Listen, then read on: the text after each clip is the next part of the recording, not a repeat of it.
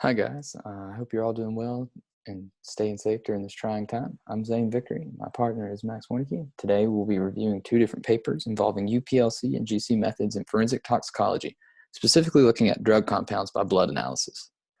So the paper I'll be reviewing is Drug Screening of Whole Blood by Ultra-Performance Liquid Chromatography, Tandem Mass Spectrometry. This paper comes from the Norwegian Institute of Public Health, Division of Forensic Toxicology and Drug Abuse. So the goal of this paper was to develop a new method for this Norwegian toxicology lab.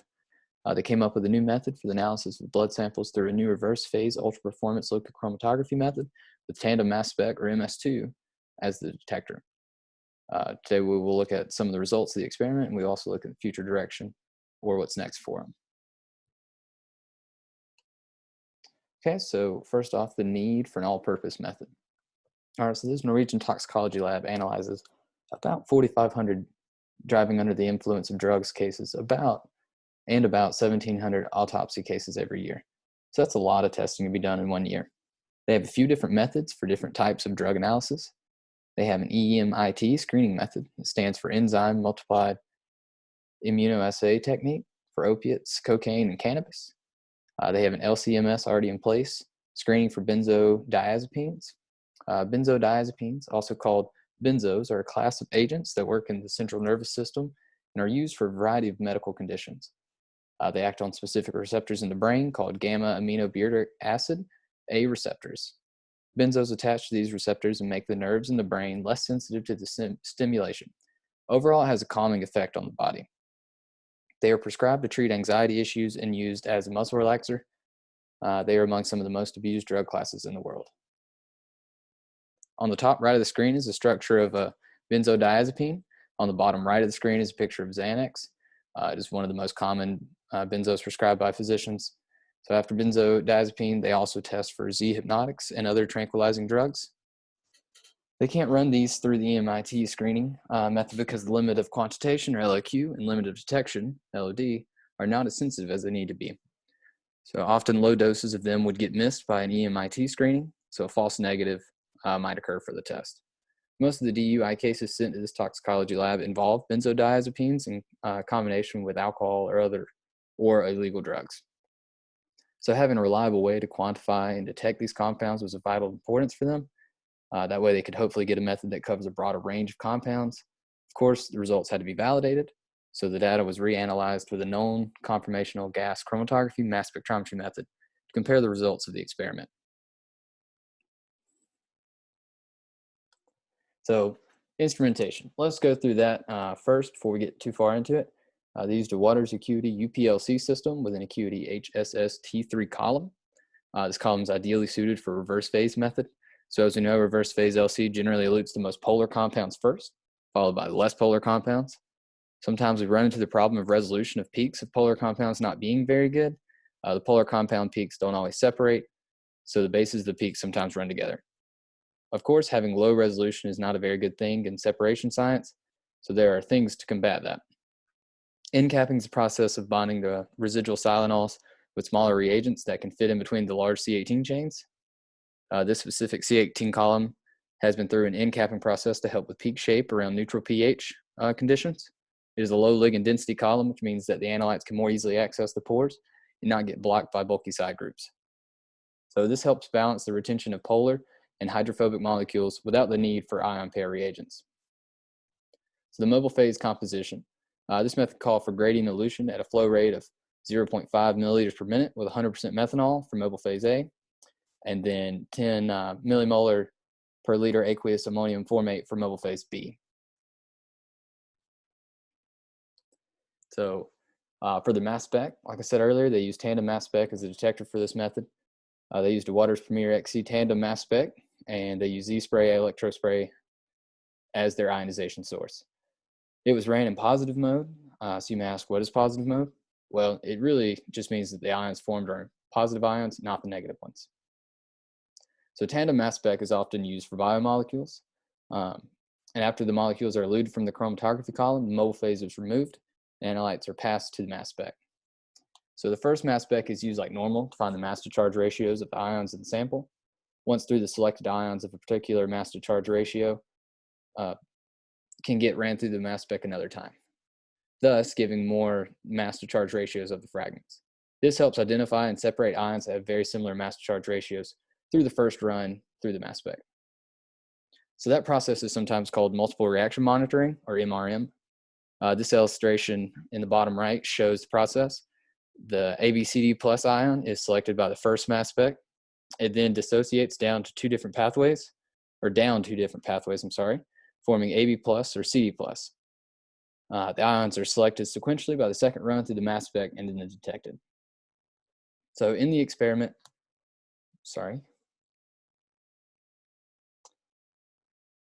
in this experiment, analytes were identified by comparing the retention times of the respective MRN transitions with the retention times of the corresponding calibrations and external quality control samples. So as for the results, from the compounds tested, the vast majority had LODs and LLOQs within an acceptable range of the experiment. So this table shows some of the compounds and their corresponding LODs and LLOQs, precision, and recoveries. I won't go through many of them because it's basically just reading those off for you. Experimental results, part 2 here. Approximately 300 samples were analyzed with the new screening method compared to results found with the confirmation GC method. Unfortunately, this method is only going to be good for targeted analysis. This just means that an unknown drug compound won't be able to be identified through this method. Unknown as in not in their database. They do have a much wider range of chemicals in the database though than what I have on the screen here, but I'm only including this part of the figure just because of spatial issues here. So the figure shows calibration curves for the drug compounds that are tested the most in their lab. This figure compares the results from the confirmation method for the compounds most often tested in the lab. You can see that good correspondence is generally found at the lower concentrations. Some of the compounds show an underestimation at higher concentrations, just because all are not linear calibration curves. For quite a few of the selected compounds, the new screening method has a lower LOQ than the confirmation method did. So conclusion here. The new screening method was successful in most classes of compounds tested. This was especially important in the benzodiazepines since that is the class of compounds they deal with the most. This new UPLC MS2 method has a pretty short runtime, just a little over 9 minutes total for each run. So a lot of samples can be analyzed fairly quickly. And with a sample gradient and mobile phase composition, not a lot of money is spent on their chemicals. So that's also a plus. And of course, this new method can be improved. They are currently working on redesigning the experiment for the compounds that did not meet the results of the confirmation method. And we'll just have to check back for that. So these are the references that I had for it. Thank you, and I hope you have a great day. So I will be talking about gas chromatography and uses on blood analysis. So in this talk, I will discuss the goal of the group of Truta et al., why GC was chosen for this analysis, and what are the benefits of using GC for blood analysis, the instrumental setup, the general sensitivity for this analysis, and whether or not the group was successful with the analysis of multiple analytes in a blood sample. So GC is going to be used in this paper to resolve multiple analytes. So the goal of the group was to develop a GC tandem MS method to simultaneously determine 14 antidepressants in a whole blood sample. And a further goal was to make it so that this could be a routine analysis that was low cost and had a reasonable runtime. On the right of the slide is the compounds, the antidepressants that will be that are the analytes for this, and they're primarily have hydrocarbon rings, which will be important in the future when we discuss the column that was utilized in this paper. So GC immediately gives an increase in theoretical plates based on the length of the column. So the longer the column, the more theoretical plates you can get out of it. And this is shown in the equation that N equals L over H, where N is theoretical plates and L is the length, which is the two important parts for this comparison. In the paper I will be going over, a column was used that was 30 meters long, whereas in the paper Zane discussed, the length of the column was 0.1 meters for the ultra-high pressure liquid chromatography. So based on this, GC has 300 times more theoretical plates from as opposed to the liquid chromatography just based on the length. So this allows for much higher sensitivity and better resolution overall. And this is one of the great advantages of using GC over liquid chromatography. So the instrumental setup, the GC utilized a 5% phenyl methyl capillary column with an inner diameter of 0.25 millimeters. It was 30 meters in length and 0.25 millimeters of film thickness. This column is a nonpolar column, which, as I previously said, is good because it'll interact with those hydrocarbon rings and therefore cause more separation based on the orientation of the rings and just the general properties of the given analytes.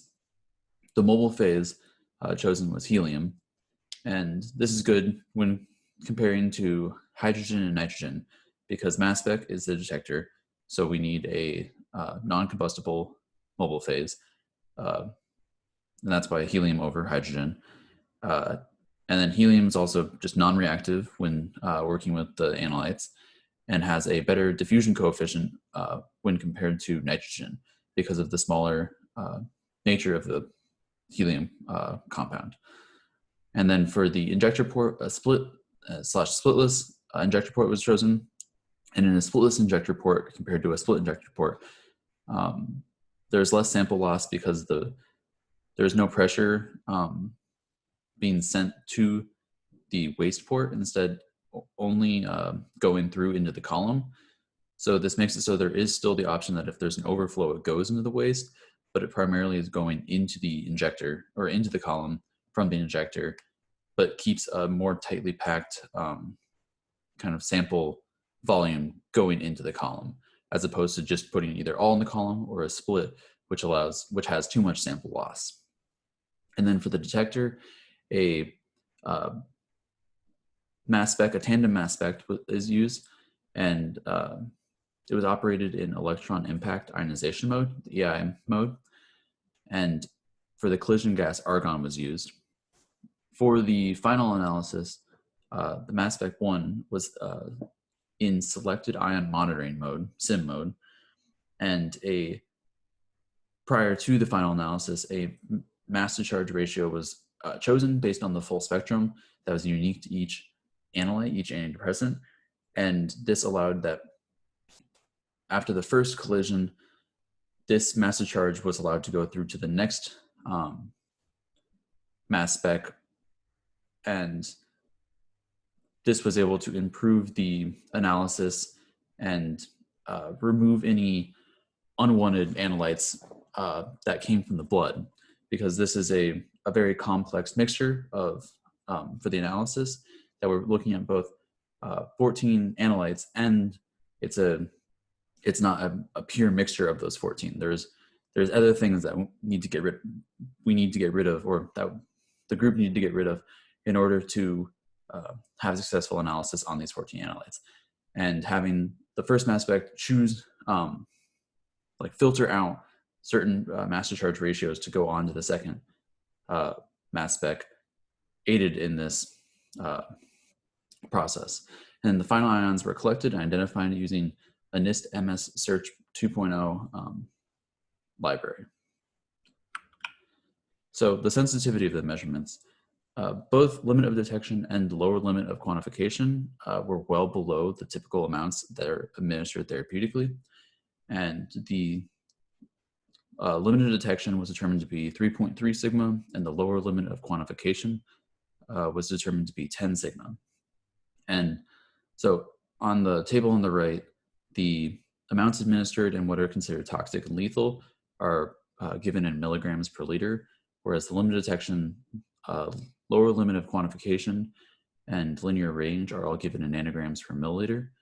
But still with this, like I said, the LLOQ is still well below the therapeutical, like the administered amounts. But then it also goes down to whether it fits in the linear range. And so linear range goes from 10 nanograms per milliliter up to 4,000 nanograms per milliliter. And 4,000 nanograms per milliliter is the same as 4 milligrams per liter.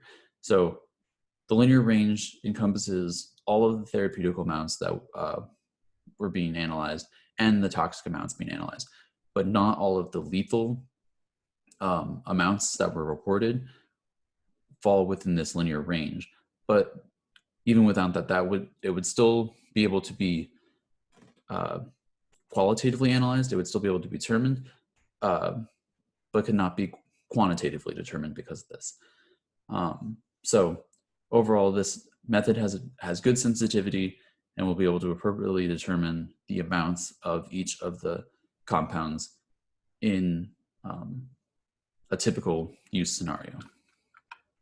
So this is the provided ion chromatogram that was for this paper, with each of the antidepressants being labeled at the bottom for a given number.